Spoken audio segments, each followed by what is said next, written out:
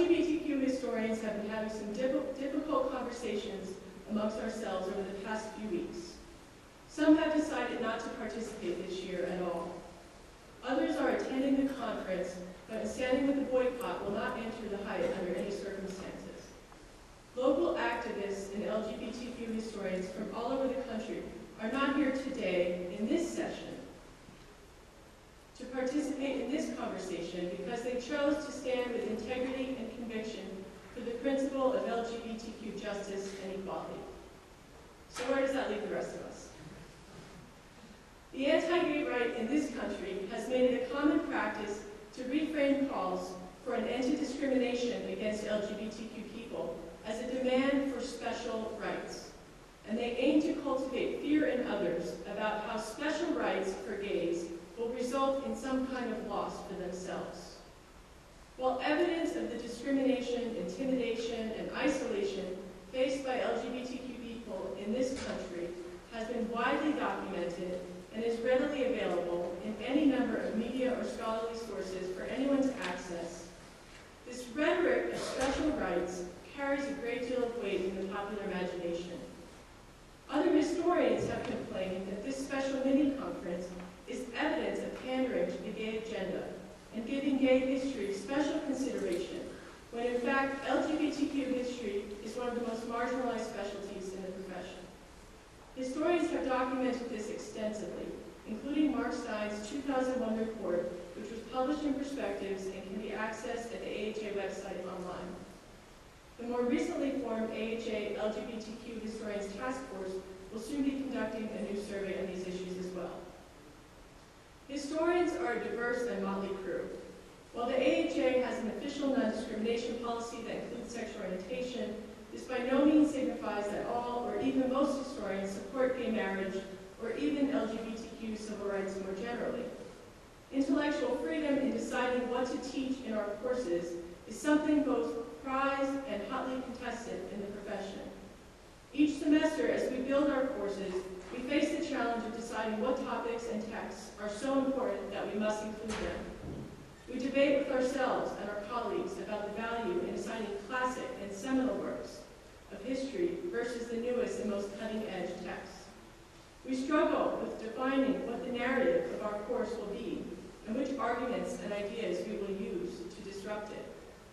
And this is one of the places where LGBTQ history gets lost. Even for historians who are generally supportive of LGBTQ civil rights, it becomes a special issue, and if they make time or space for this special issue, some other beloved book or article or topic will be lost. Others read some LGBTQ history, but can't justify dedicating an entire week to the study of a group of people that is so small, so marginal to history. Still others worry about the reception of students, the gaze of department chairs or tenure committees. These examples may capture only a few of the reasons why historians neglect to teach LGBTQ history in their courses.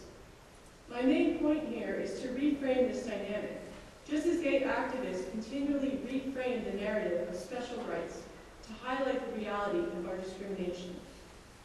Occasional recognition of a book, such as that enjoyed by George Chauncey's Gay New York, which was widely assigned in graduate seminars for years, signals tokenism and has not resulted in widespread reconceptualization of the period. I recently reviewed the newest edition of a widely taught U.S. history textbook. In 1,000 pages of text, gay life and community was covered in less than one page. One paragraph covered the early part of the 20th century, and one paragraph covered the modern gay rights movement. The popular and timely historical website, History News Network, uses the tagline, quote, "Because the past is the present and the future too." There is no way that this textbook, or any survey course in U.S. history, women's history, political history, or urban history, which neglects the LGBTQ community, can be said to accurately represent the past. The erasure of LGBTQ experience from history, the resistance of non-LGBTQ historians to teaching our history, and the continual marginalization of our histories into select and rarely taught upper-level seminars have all contributed to the very shallow, polarized, and ahistorical debates over same-sex marriage national media for the past decade. As teachers of U.S. history at diverse institutions across the country and even around the world, we are poised to change that. As an undergraduate history major, I looked to social justice movements of the past to better understand the culture wars of the 1990s. The breadth of available historical studies about the women's movement and the African American civil rights movement at that time was readily available to me and provided me with a much deeper understanding of the issues, positions, and people involved. It inspired in me a love of the past, not as a static record of events, but as a living documentation of experiences and struggles which continue to shape people's lives, including my own, in the present. The debate over gay marriage is raging on nationwide and shows no sign of stopping. Standing with hundreds of mostly young people in New Haven that day did not assuage my own ambivalence about the gay marriage movement.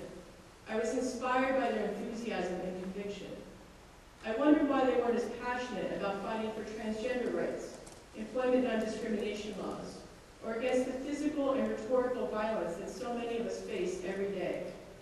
But if we have learned anything from LGBTQ history, it is that our movement is a diverse one with many fronts. Gay marriage is but one proposed solution to a particular set of indignities, many of which will persist for LGBTQ couples and individuals, even if gay marriage is legalized. Finally, knowledge is power. The absence of knowledge about the history and diversity of LGBTQ people and communities has stood as the single most significant obstacle to the movement for LGBTQ freedom and equality. Teaching LGBTQ history in your classes does not make you a gay activist. Recognizing LGBTQ history as central to the narrative of U.S. history rather than marginal, incorporating it into courses in thoughtful ways, committing yourself to reading at least one new LGBTQ history monograph each year, supporting junior colleagues who teach LGBTQ content, taking job candidates with LGBTQ-themed dissertations seriously as general scholars are all powerful steps that you can take to stand against the long-standing marginalization and suppression of the LGBTQ past. Thank you.